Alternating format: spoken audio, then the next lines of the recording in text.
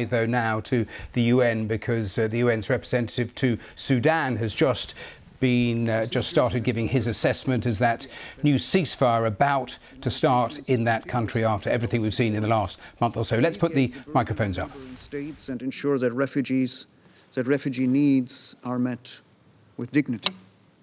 Madam President, in Khartoum, in Darfur and elsewhere, the warring parties have fought their war with little regard for the laws and norms of war. Homes, shops, places of worship, water and electricity installations have been destroyed or damaged. The health sector is collapsing, with more than 2/3 of hospitals closed, many healthcare workers killed, and medical supplies running low. The frequently reported use of health facilities as military positions is unacceptable. I'm appalled by the reports of sexual violence against women and girls, including allegations of rape in Khartoum and Darfur. The United Nations is following up to verify these cases. The warring parties must prevent any reoccurrence of such violence. Children are facing serious protection concerns and continue to be vulnerable to recruitment, sexual violence, and abduction. Reports of rampant looting, of intimidation, harassment, and enforced disappearance are deeply concerning. UN premises and residences, including the UNITAM's compound, as well as large amounts of food and humanitarian supplies, have also been looted. Criminality is compounded by the release of thousands of prisoners and the increasing spread of small arms. And I'm also concerned about reported death threats against political activists and leaders, about the arrests of Sudanese volunteers, and the intimidation of journalists. Excellencies, in parts of the country, fighting between the two armies or the two armed formations has sharpened intercommunal tensions or triggered conflict between communities. In Al Geneina in West Darfur, clashes between the Sudanese armed forces and the rapid support forces spiraled into ethnic violence on 24 April. Tribal militias joined the fight, and civilians took up arms to defend themselves. Homes, markets, hospitals were ransacked and burned, UN premises looted. In mid-May, renewed violence led to more death and destruction. Altogether, more than 250 persons were reportedly killed, and tens of thousands were displaced to neighboring Chad. The security situation is impeding the delivery of humanitarian aid. I continue to engage national and local leaders to de-escalate the situation. Worrying signs of tribal mobilization are also reported in other parts of the country, particularly in South Kordofan as well as the Blue Nile region.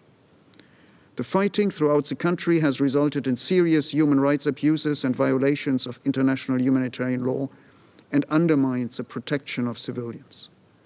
These violations must be investigated, and the perpetrators must be brought to justice.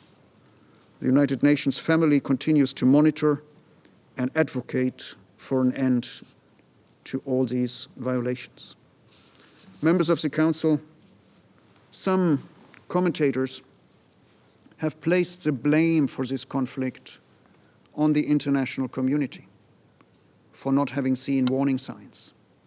Others blame the political process or the framework agreement which intended to lead to a civilian-led government, or blame the international community for giving an outsized role in the process to the men with guns. But let us be clear. The responsibility for the fighting rests with those who are waging it daily. The leadership of the two sides, who have chosen to settle their unresolved conflict on the battlefield rather than at the table. It's their decision that is ravaging Sudan, and they can end it. What has been happening on and since April 15 is precisely was the United Nations and our partners in the Well, we'll keep an eye international as that UN session continues. But whilst we listen to that assessment about the fighting, about the deaths, about the displaced, about using rape as a weapon, all of those concerns playing out as the hours tick down to this latest ceasefire a little later today. Let's speak to Sir William Patey, who's former UK ambassador to Sudan. Sir William, thank you so much for being here on the programme. There were reports in the last couple of hours of more gunfire, more explosions. Are you any more hopeful for this ceasefire compared to all the ones that have come and gone before? Well, this one has slightly more substance to it in that both parties attended a meeting in Jeddah, brokered by the Saudis and attended by the United States. They both signed an agreement which goes beyond what the usual ceasefires were, just to allow humanitarian access or humanitarian goods to be delivered. So it's a slightly more substantial ceasefire, but you'd have to be wildly optimistic to think that it will hold throughout the country. And it doesn't address the fundamental issues that the two parties, Burhan leading the military and Hemedti leading the RSF, are intent on defeating the other side and taking power. That hasn't really changed. So even if it holds temporarily, it'll need to be followed up with real negotiations and real pressure on both sides. So your gut feeling is that both of the principal leaders here both still think they can win this militarily?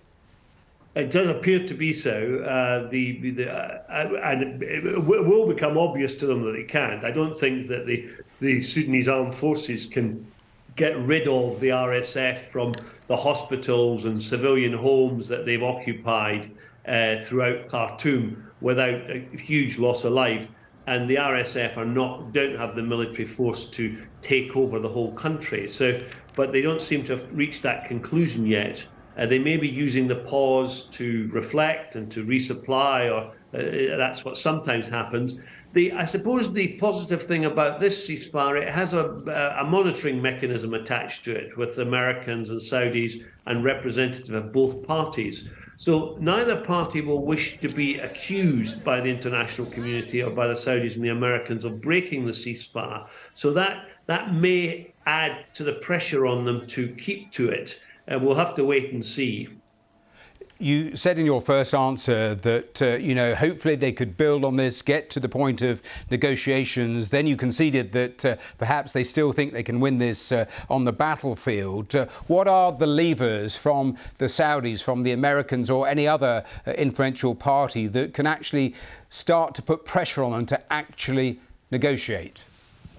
Very few, except I suppose they could start attacking the sources of funding. They could try and shut off the sale of gold that the RSF have been engaged in, but they're doing it through the Wagner Group and through Dubai. They would need the help of the Emiratis to stop that.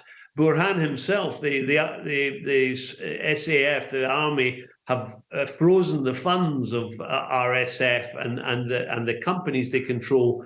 But that's not going to have an impact in the short term. But so there's very limited pressure.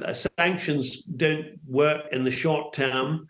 I suppose they could have a go at the supply of arms, but these all take a lot of international cooperation, which is not evident in the current global situation.